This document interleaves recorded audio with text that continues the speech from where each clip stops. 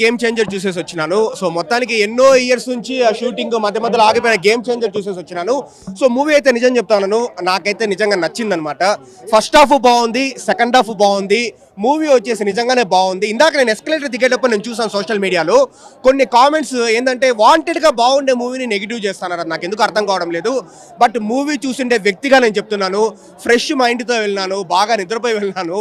So movie చూసిండే వ్యక్తిగా చెప్తున్నాను, movie అయితే నిజంగా బాగుంది. అఫ్ కోర్స్ భారతీయుడు 2 అయితే నిజంగానే చాలా బాగాలేదు. నేను కూడా బయటకు వచ్చిన ఫ్రస్ట్రేషన్ నేను ఎగ్జిబిట్ చేస్తున్నాను. శంకర్ గారు అవుట్ ఆఫ్ ఫామ్ అన్నాను, బట్ కానీ గేమ్ చేంజరు శంకర్ గారు ఇస్ బ్యాక్. శంకర్ గారు ఏంటంటే శంకర్ గారి మార్క్ అయితే కనబడింది. సో నేనైతే బాగా ఎంజాయ్ చేస్తాను మూవీని. 2 hours 45 minutes లెంత్ ఉంటుంది మూవీలో. ఒక 20 minutes 25 minutes అక్కడక్కడ కాస్త స్లోగా ఉంటుంది, కానీ రిమైనింగ్ అంతా కూడా మనకు మంచి ఎంగేజింగ్ స్క్రీన్ ప్లే ఉంటుంది. అండ్ మోర్ దాన్ ఎవ్రీథింగ్ మనకి ఈ మూవీలో ప్లస్ పాయింట్ ఏంటంటే ఏదో పిచ్చి పిచ్చి లైన్లన్నీ తీసుకోకుండా మంచి సోషల్ ఎలిమెంట్స్ తీసుకున్నారు, సోషల్ ఇష్యూస్ తీసుకున్నారు. సో ఇప్పుడు ప్రజెంట్ బయట జరిగే అన్యాయాలు, ముఖ్యంగా కరప్టెడ్ పొలిటీషియన్స్, ఇలా రాజకీయ నాయకులు ఇలా కరప్టెడ్గా ఉన్నప్పుడు హానెస్ట్ ఐఏఎస్ ఆఫీసర్స్ అనేవాళ్ళు ఎలా ఎదుర్కోవాలి. రామ్ చరణ్ పర్ఫార్మెన్స్ ఎలక్షన్ ఆఫీసర్గా కూడా నిజంగా చాలా బాగా చేస్తాడు. అండ్ రామ్ చరణ్ పర్ఫార్మెన్స్ అంటే చెప్తాను, నాట్ ఓన్లీ సన్గా రామ్ చరణ్ చేసిన పర్ఫార్మెన్స్ కాదు, ఫాదర్ రామ్ చరణ్ చేసిన రోల్ అప్పన్న క్యారెక్టరైజేషన్ అయితే నెక్స్ట్ లెవెల్లో ఉంటుంది. ఎందుకంటే ఆ నత్తి క్యారెక్టరైజేషన్ ఉంటుంది అనమాట, అది మనకు మూవీ చూస్తే అర్థమవుతుంది.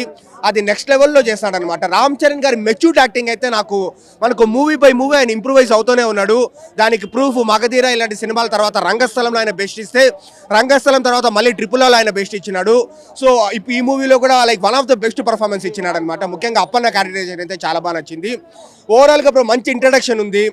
ఒక ఇంటర్వెల్ ముందు అయితే మూవీ నెక్స్ట్ లెవెల్కి వెళ్తుంది, కొంచెం అన్ఎక్స్పెక్టెడ్ ట్విస్ట్ అనమాట, ఏంటి ఇది అని మనకు అనిపిస్తుంది. అండ్ సెకండ్ హాఫ్లో కూడా ఎమోషనల్ సీన్స్ కావచ్చు, అంజలి కావచ్చు, క్లైమాక్స్ కూడా హార్ట్ టచింగ్గా ఉంటుంది.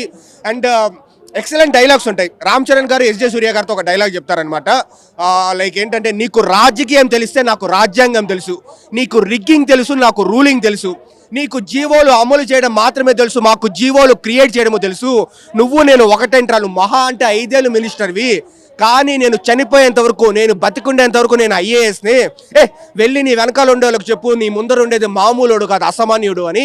సో ఇలాంటి మంచి డైలాగ్స్ మనకు శంకర్ గారి మార్క్ స్క్రీన్ ప్లే కావచ్చు, రామ్ చరణ్ గారి దగ్గర నుంచి మెచ్యూర్డ్ యాక్టింగ్ కావచ్చు మనం చూడొచ్చు అనమాట. అండ్ ఏదో నానా హైరానా సాంగ్ ఒకటి మిస్ అయింది, కానీ ఆ రిమైనింగ్ సాంగ్స్ కూడా లైక్ జరగంటి సాంగ్ విజువలైజేషన్ ఎక్సలెంట్గా ఉంది.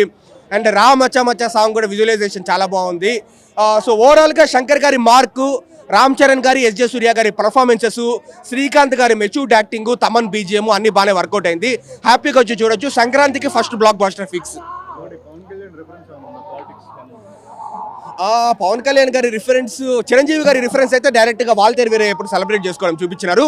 డైరెక్ట్ రెఫరెన్సెస్ లేదు, కానీ ఇండైరెక్ట్ రెఫరెన్సెస్ ఉందన్నమాట. ఇప్పుడు ఆంధ్రాలో ఎలక్షన్ రిజల్ట్ ఎలా వచ్చింది అంటే మనం ఆ సిమిలర్ నెంబర్స్ పెట్టినారు, ఆ ఎగ్జాక్ట్ ఆ నెంబర్ పెట్టలేదు.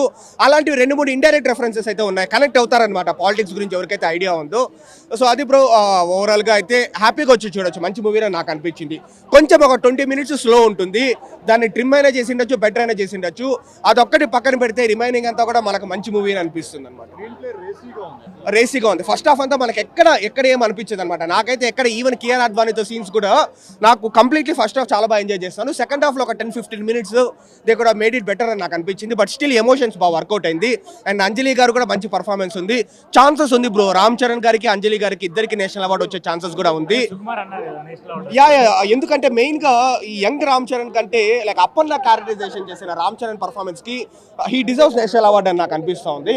లైక్ నేషనల్ అవార్డు నామినీస్ లో ఆయన కూడా ఉంటారేమో నాకు అనిపిస్తుంది. ఇప్పుడు కరెక్టెడ్ పాలిటిక్స్ అని చెప్పేసి చాలా సినిమాల్లో ఉంది, అంటే ఈ సినిమాలో శంకర్ ఎలా ట్రీట్ చేశాడు? ఒకటి నాకు కూడా స్టార్టింగ్ లో 1-2 సీన్లు ఏమన్నా శివాజీ సైడ్ లో ఏమన్నా మూవీ వెళ్తా ఉందా, లేదా కొంచెం భారతీయుడి స్టైల్ ఏమైనా వెళ్తా ఉందని నేను అనుకున్నాను, కానీ బట్ ఈ మూవీ కొంచెం డిఫరెంట్గా పిక్ చేసుకున్నారు. అంటే ఇక్కడ కరప్టెడ్ పొలిటీషియన్స్ ఉన్నారు, కానీ ఒక హానెస్ట్ ఐఏఎస్ ఆఫీసరు, ఒక ఎలక్షన్ కమిషనర్ తలుచుకుంటే ఏం చేయగలరు అనేది చూపించినారు. సో అక్కడ మనకు డిఫరెన్స్ తెలుస్తుంది అనమాట. ఐఏఎస్ ఆఫీసర్ చేసే లైక్ వర్క్స్ కావచ్చు, అక్కడ డిఫరెన్స్ తెలుస్తుంది. ఓవరాల్గా ఏ మూవీస్ మనం కంపేర్ చేయలేము. This movie is kind of unique అని నాకు అనిపించింది.